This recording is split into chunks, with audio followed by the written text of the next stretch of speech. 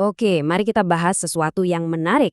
Di tengah sanksi yang katanya bisa melumpuhkan sebuah negara, ekonomi Iran ternyata menolak untuk runtuh. Kok bisa? Hari ini kita akan bedah strategi di baliknya. Dan jawabannya mungkin bukan seperti yang kita bayangkan. Nah, ini dia pertanyaan besarnya. Kita kan sering banget dengar berita soal sanksi super berat, inflasi yang gila-gilaan, dan nilai mata uang yang anjlok terus. Seharusnya, di atas kertas, ini resep pasti buat ekonomi hancur lebur. Tapi anehnya, Iran masih tetap berdiri. Jadi, gimana caranya? Untuk bisa paham, kita harus bongkar dulu nih. Sebuah mitos besar yang udah kadung kita percaya soal ekonomi sebuah negara. Ya kan?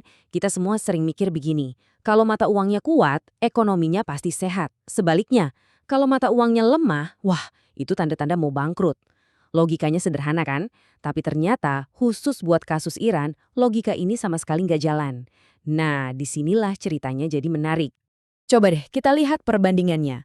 Mitosnya bilang, kalau mau selamat, sebuah negara itu harus ikut main di panggung global, punya mata uang yang kuat, dan sebagainya. Tapi realitasnya Iran justru sebaliknya. Mereka malah kayak milih buat nggak ikutan main dan fokus membangun benteng pertahanan ekonominya sendiri. Dan ini membawa kita ke sebuah konsep yang keren banget. Coba bayangkan, sebuah ekonomi itu bukan kayak gedung kaca yang rapuh, tapi lebih mirip seorang petinju yang jago dan tahu cara menerima pukulan tanpa langsung KO. Nah, ini dia intinya. Kalau ada satu hal yang perlu kita ingat dari obrolan ini, ya kalimat ini, kunci Iran bisa bertahan hidup itu bukan karena mata uangnya kuat. Sama sekali bukan, tapi karena mereka secara sadar dan sengaja mendesain ulang seluruh sistem ekonomi mereka supaya bisa, yaitu tadi, tahan dipukul tapi tetap bisa berdiri lagi. Konsep ini namanya ekonomi ketahanan atau resistance economy. Ini benar-benar perubahan cara berpikir. Jadi lupakan dulu soal bersaing di pasar global yang aturannya mungkin nggak menguntungkan buat mereka. Mereka bikin aturan main sendiri.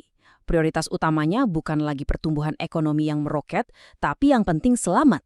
Gimana caranya memastikan makanan, obat-obatan, dan kebutuhan pokok itu selalu ada, nggak peduli badai apapun yang datang dari luar. Oke, kedengarannya keren. Tapi gimana cara kerjanya di dunia nyata? Tentu ini bukan sulap kan? Ini semua hasil dari pilihan-pilihan strategis yang sangat diperhitungkan. Jadi strateginya itu punya 3 tiang utama. Pertama, swasembada. Pokoknya makanan dan obat-obatan harus bisa diproduksi sendiri di dalam negeri. Ini penting banget biar mereka nggak bisa disandera. Kedua, genjot produksi lokal, supaya nggak terus-terusan bergantung sama barang impor. Nah, yang ketiga ini yang paling cerdik. Mereka membangun semacam jalur tikus ekonomi. Maksudnya, mereka bikin jaringan perdagangan dan keuangan sendiri dengan negara-negara lain yang sama-sama nggak mau terlalu terikat sama sistem global yang ada. Nah, setelah kita tahu cara kerjanya, coba kita mundur sedikit dan lihat gambaran yang lebih besar. Apa sih sebetulnya arti dari semua ini buat kita dan buat dunia? Ini pertanyaan yang penting banget. Selama ini kan sanksi ekonomi itu dianggap senjata pamungkas buat negara-negara besar. Tapi, apa jadinya kalau senjata itu ternyata nggak mempan lagi? Kalau sebuah negara ternyata bisa menciptakan semacam rompi anti peluru buat ekonominya, apa sanksi masih jadi alat yang efektif? Jadi ada 3 hal penting yang bisa kita simpulkan. 1, ternyata ekonomi yang tangguh itu bukan cuma soal keberuntungan, tapi bisa jadi sebuah desain yang disengaja. 2, menilai kondisi sebuah negara cuma dari nilai mata uangnya itu bisa sangat menipu. Dan yang ketiga, kita mungkin lagi menyaksikan lahirnya sebuah cetak biru baru, sebuah model alternatif tentang cara sebuah negara bisa bertahan di dunia yang penuh tekanan ini. Dan inilah kenapa ini jadi penting buat kita semua. Model yang dipakai Iran ini, terlepas dari semua kontroversinya, pada dasarnya bisa jadi semacam buku panduan. Sebuah resep tentang cara bertahan hidup buat negara manapun yang mungkin merasa terancam oleh tekanan ekonomi dari luar.